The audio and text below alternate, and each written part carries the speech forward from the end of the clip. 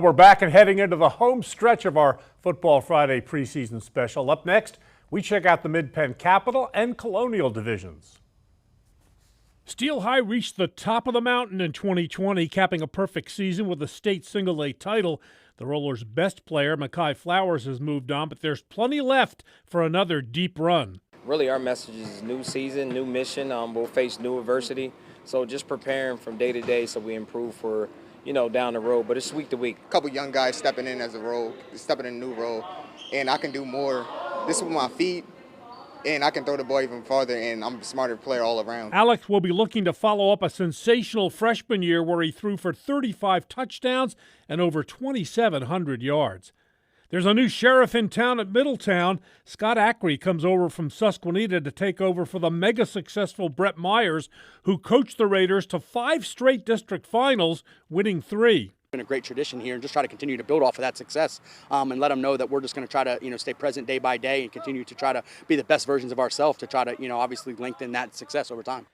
Ackrey will benefit from the two-way skills of Tajay Brody, a double threat at tight end and defensive end. I've never been the type to have the nervous things or worry about what the crowd or anybody else thinks about me. I'm just worried about getting better with my young guys and doing what we got to do day by day. A couple of upstarts will challenge the top 2. Big Spring, led by quarterback Ethan Eisenberg, notched just their second winning season last year in nearly 2 decades, while Boiling Springs bounced back from a winless 2019 to earn their first postseason spot in 5 years. Trinity is looking to first-time head coach Jordan Hill to put a spark into the Shamrock steps. The former Steel High and Penn State star and NFL player will try to boost a program that hasn't had a winning season in 9 years. I understand the school, I understand the people, and it's a place that I seen it was a lot of room for improvement, and I want to be able to help. On to the Mid-Penn Colonial, where Mechanicsburg piled up tons of points and yards en route to a perfect division record. Much of the Wildcats' firepower has moved on, but the Cats should be a force to be reckoned with again. People don't realize that we have more than half of our defense coming back. Our linebackers are outstanding. We did lose a lot. We're going to be a different team this year. We're going to probably pound the ball, between the tackles rather than hit big shots downfield, but we're still going to win football games. Challenging the Wildcats for division supremacy will be Shippensburg, led by Minnesota commit defensive end Anthony Smith, who also doubles as a Greyhound tight end. East Pennsboro also a threat thanks to the return of the Colonial's top running back in Cy Burgos. Northern was the Colonial runners-up a year ago. The Polar Bears now chase a 7th straight winning season after graduating 15 seniors. This is probably, in all my years, the least number of returning starters that I can ever remember. So we're going to have our work cut out for us. All righty, we head back to the LL League. Plenty of changes in sections 3 and 4, including new coaches, some big-time playmakers, and one of the best kickers in Pennsylvania. We start in Section 3, where Lampeter Strasburg has some work to do, and will do it with a new coach. Longtime assistant Victor Ridenour replaces John Mannion, who ran the program the last 23 years. The Pioneers won 2 straight district titles, but graduated a super talented senior class that included All-State quarterback Sean McTaggart. To be honest, everyone's like, oh, they lost 18 guys, but every single of those guys that are coming up to fill their shoes, I'm so confident in. Del Grande has committed to D1 Coastal Carolina and will anchor an experienced O-line. Effort Up has turned the culture around with 2 straight winning seasons. Running back and linebacker Andre Weidman is one of the best two-way players in the section. Last year was a little bit more of a realization that any week could be your last one. So we really talked a lot about last year about seizing the opportunity and making the most of every opportunity that we get throughout the season.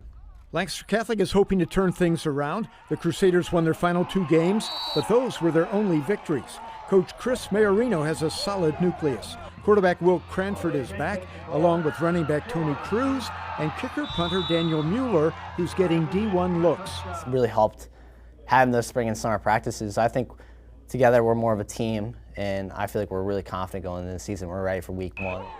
Lebanon went 3-3, but must replace longtime quarterback Isaiah Rodriguez and his favorite target, All-State wideout Alex Ruth.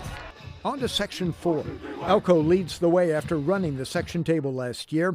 The Raiders made districts the past 3 seasons, thanks in part to All-State quarterback Braden Bohannon, who graduated. but the pieces are there. You got to carry the culture over. You got to have the guys that are continuing to put in the discipline, the hard work, the commitment, and the team first culture. Then that kind of builds your success as you go from year to year to year. Columbia has some talent, especially on offense, where dynamic quarterback Robert Footman is back to run the show for his senior season. Just go out with a bang, make a memory, make a memorable season. And I don't want to leave that football field unsatisfied that I didn't give my 100%. 1 year ago, York Adams Division I sent 2 teams to the District 6A title game for the first time ever. Those 2 arch rivals will duke it out for the division crown this season, and they'll be joined by a determined new challenger.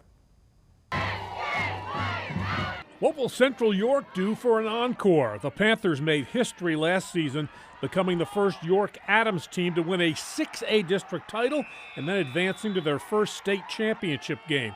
Only 4 starters from that juggernaut are back in orange and white. We'll field a talented team. What we do wins and losses is yet to be determined, but we will have a very talented team.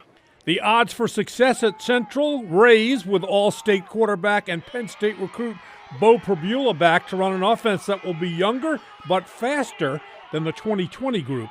The leadership and the culture on this team is one like I've never really been a part of before. Last year we had a lot of talent, but this year we have a lot of guys who want it really bad, and they want to get to where last year's team was. York High shared the YA1 crown with Central a year ago, but fell to their arch rivals in the district title game. The Bearcats run back most of their big weapons, including league-leading rusher Jaheim White, quarterback Sam Stoner, and UConn recruit Joden Nelson up front. I don't think we have anything to prove to anyone else other than ourselves, because we know as a team what we're capable of. It's just working to the ability of what we know and where we want to be. We already know what we have to do. I mean, we know like what the expectation is. We know what everybody thinks of us. So I'm not saying we want to go by that, but we want to go above that. Spring Grove is ready to make a run at the Bearcats and Panthers. The sophomores, who won just 1 game in 2019, produced a winning season a year ago, which has this now senior-dominated team thinking big. Everyone kind of knows what to expect and what needs to be done in order to be successful. And we all hold each other to a high standard. We had a lot of success last year, but we can't be satisfied with that, and we've got to continue to put the work in to continue to achieve some of the goals that we have moving forward for this year. And Dallastown will be home to the league's top returning wide receiver. Rising junior Kenny Johnson transferred to the Wildcats from York Suburban, adding speed to a strong running game and offensive line.